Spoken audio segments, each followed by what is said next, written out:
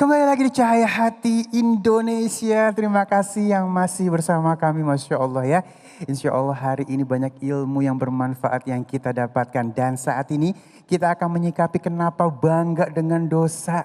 Ada ya orang kayak gitu, ada Bu? Ada nggak Bu? Orang berdosa tapi bangga banget, ada Bu?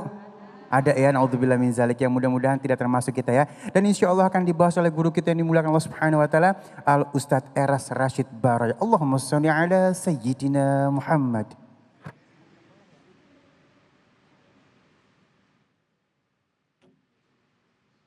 Assalamualaikum warahmatullahi wabarakatuh. Waalaikumsalam warahmatullahi wabarakatuh. Alhamdulillahilladzi amarana bil jamaah wa nahana 'anil mufarraqah. Asyhadu an la ilaha illallah wahdahu la syarikalah wa asyhadu anna sayyidana Muhammadan abduhu wa rasuluhu la nabiyya ba'dah. Allahumma salli ala sayyidina Muhammadin wa ala alihi wa sahbihi ajma'in. Semuanya sehat? Ibu sehat? Bang Ali sehat Bang Ali? Alhamdulillah. Jamaah yang dirahmati Allah Subhanahu wa taala, pemirsa iNews TV dimanapun berada. Mudah-mudahan kita semua mendapatkan keberkahan lahir dan batin. Mendapatkan kebahagiaan lahir dan batin. Ya Rabbal Alamin. Jamaah yang dirahmati Allah, ada dua konsekuensi kita sebagai manusia hidup. Ada berapa? Ada dua konsekuensi. Ketika kita berbuat taat, maka nilai yang dihasilkan adalah pahala. Ketika kita berperilaku melakukan maksiat, berbuat maksiat, maka konsekuensi nilai yang akan terlahir adalah dosa. Dua hal ini tidak akan pernah lepas dari kehidupan kita sebagai manusia. Betul apa benar? Kalau ibu rajin sholat, rajin ibadah, rajin zikir, insya Allah akan gandrung mendapatkan nilai pahala dari Allah. Tapi kemudian kalau kita rajin ngelakuin maksiat yang kadang-kadang kita sendiri kagak kerasa kok. Dipikir menurut kita benar, padahal itu keliru dalam agama. Jadi kebiasaan setiap hari. Kemaksiatan yang melahirkan nilai dosa itu terlebih lagi kita banggain. Bangga Bang Ali sama dosa. Yang seperti apa kalau kita bangga dengan dosa? Mau dikasih contoh? Enggak bakal marah. Enggak ngambek. Enggak ambekan. Ambekan. Yang penting jangan ambek-ambekan. Dosa yang kemudian tidak akan diampuni oleh Allah Subhanahu wa taala ketika malam hari Allah menutup maksiat kita. Siang hari kita buka kok kesalahan kita. Contoh, ini ibu-ibu rumah tangga kita kesel sama laki. Suka kesel enggak sama laki? Sama suami suka kesel? Gimana kagak kesel Bang Ali? Itu kadang-kadang itu tadi. Orang udah pada pergi ke kantor, pada kerja. Atuh Bang ngerapa ngerengkol baik. Oh noh cari duit. Laki bingung nyari duit. Duit siapa yang hilang? Tapi kemudian kita sebagai istri, ibu sebagai istri. Yang kemudian ketika suami lemah dari sisi ekonomi. Kita ngelunjak. Tahu ngelunjak emak? Tahu ngelunjak ibu? Iya, yang ngelawan. Enggak taat sama suami. Enggak taatnya sama suami. Bisa berantem. Bisa bertengkar. Bahkan terlebih lagi saking keselnya kita update status di sosmed. Laki begini banget. Bener nggak? Datang temennya tuh. Udah tadang temennya. Apa yang dikata? Nih. Laki mah kudu diginiin, giniin. Gua ge sama laki kudu begituin. Bangga dengan kesalahan dan dosa yang kita lakukan. Itu tidak tidak boleh. Ini yang termasuk ke dalam kategori kata Nabi, kullu ummatin, setiap umatku kata Nabi, akan diampuni dosanya kecuali illal mujahirin, orang-orang yang jelas nampak berbuat dosa namun kemudian dibangga-banggakan kayak model tadi dalam kehidupan rumah tangga. Laki udah jelek, dijelek-jelekin. Na'udzubillah. Kemudian apalagi dosa yang dibanggakan kita kagak kerasa itu Bang Ali. Kadang-kadang selfie, enggak pakai pakaian sebagaimana muslimah seharusnya, cepret. Goyang-goyang dengan aurat kemana-mana. Subhanallah. Ada enggak model begitu? Banyak apa kagak? Diunjukin, video lu mah jelek. Nih yang bagus mah. Dilihatin. Bangga dengan dosa-dosa yang sudah dilakukan. Ibu punya anak. Kemudian anak perawannya dibawa sama pacarnya. Tuh lihat anak kita mau Bang Ali. Begitu. Diunjukin ke tetangga segala macam. Disebutin. Bangga dengan dosa dan kemaksiatan. Menzahirkan dosa dan maksiat yang dilakukan. Terlihat Allah malamnya nutup itu dosa dan maksiat. Tapi malah kemudian diri pribadi sendiri yang membuka itu. Sama saja membuka aib ketika Allah menutup. Kita sendiri yang ngebukain. Na'udzubillah. Padahal Allah Subhanahu wa taala dalam Al-Qur'an dengan kalimah indah yang tegas menyampaikan, A'udzubillahi minasyaitonir rajim. Bismillahirrahmanirrahim. Wasari'u ila magfiratin mir rabbikum wa jannatun arduhas samawati wal ard uiddat lil muttaqin. Ini segatnya amar, kalimahnya perintah. Segeralah kalian semua memohon ampun pada Allah Subhanahu wa ta'ala. Mana ketika Allah memerintahkan untuk bersegera? Datang waktu sholat, secepatnya kita sholat. Bukan malah kagok, entar dulu, entar aja. Kan banyak begitu Bang Ali.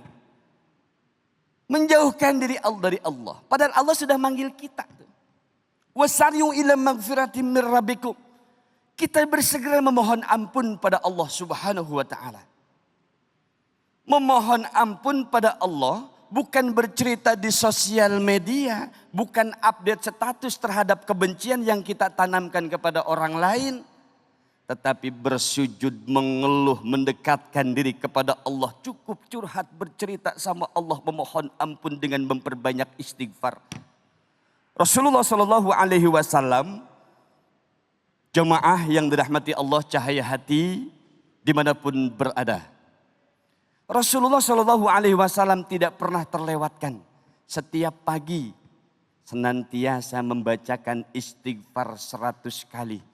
Sebelum ibu-ibu nyuci piring, sebelum emak-emak ngepel di dapur, di pelataran rumah dan seterusnya, sebelum melakukan aktivitas beristighfar, memohon ampun pada Allah Subhanahu wa taala. Adem ini hati.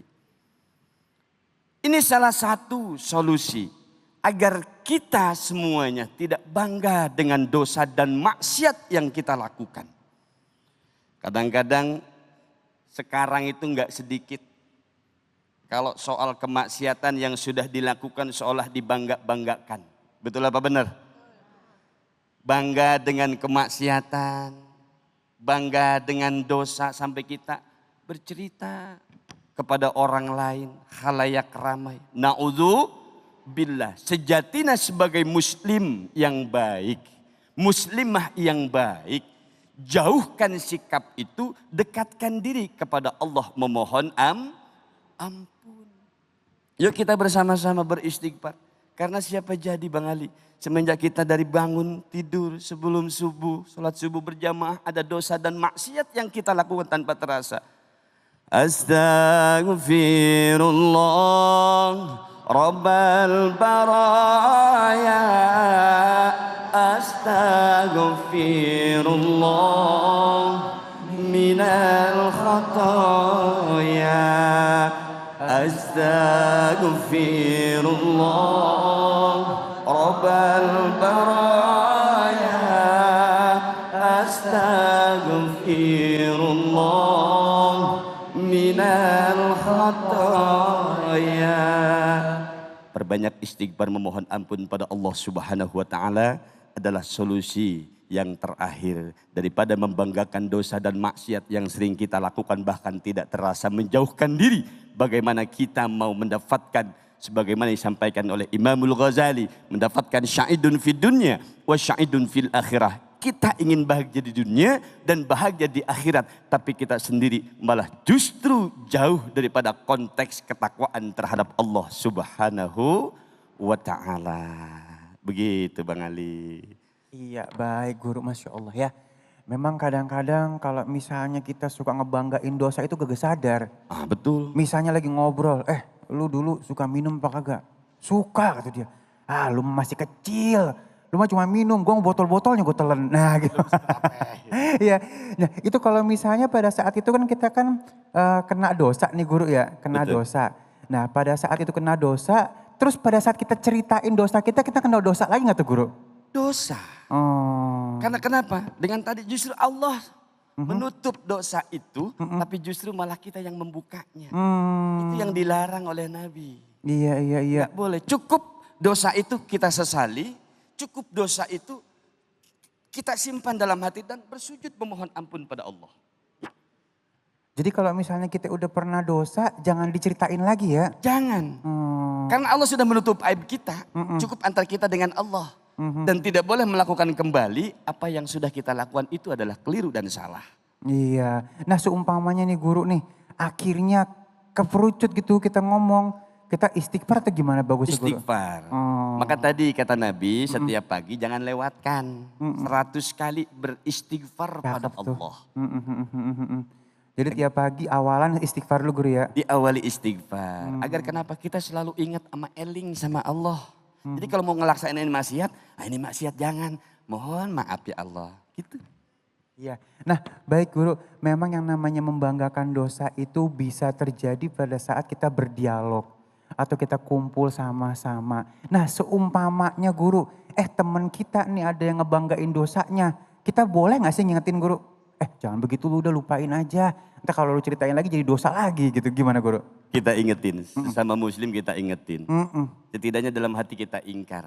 Ketika mereka bercerita tentang dosa dan kemaksiatan, kita jangan ikut-ikutan. Nah. Gitu. Pakai kisah Hatim al-Asom yang pura-pura enggak dengar apa yang disampaikan dari kemaksiatan itu. Jadi kalau ada gitu pura-pura gak dengar, kalau nggak kita tinggal pergi aja kali itu. Nah, tinggal pergi. Atau kita ingatkan langsung, tidak baik. Oh iya, baik. Memang ini sebuah dilema sih guru ya.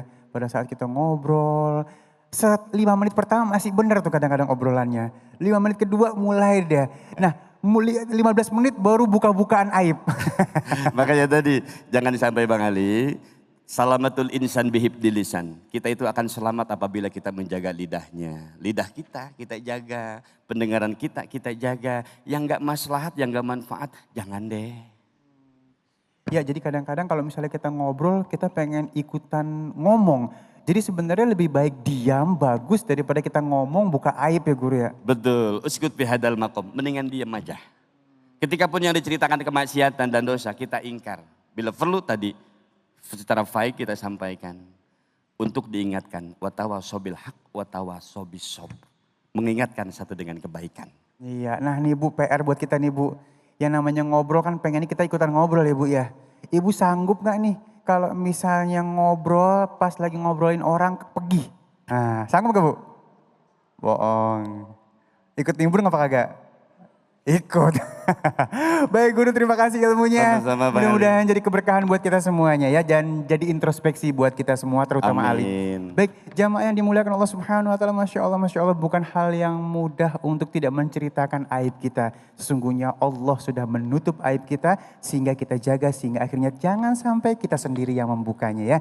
Dan sesaat lagi ini akan tambah seru. Kenapa? Karena kita akan menjawab pertanyaan-pertanyaan yang sudah masuk melalui media sosial. Dan nanti kita kasih kesempatan juga untuk jamaah yang ada di Masjid Bimantara untuk bertanya. Jangan kemana-mana, tetap bersama kami di Cahaya Hati Indonesia.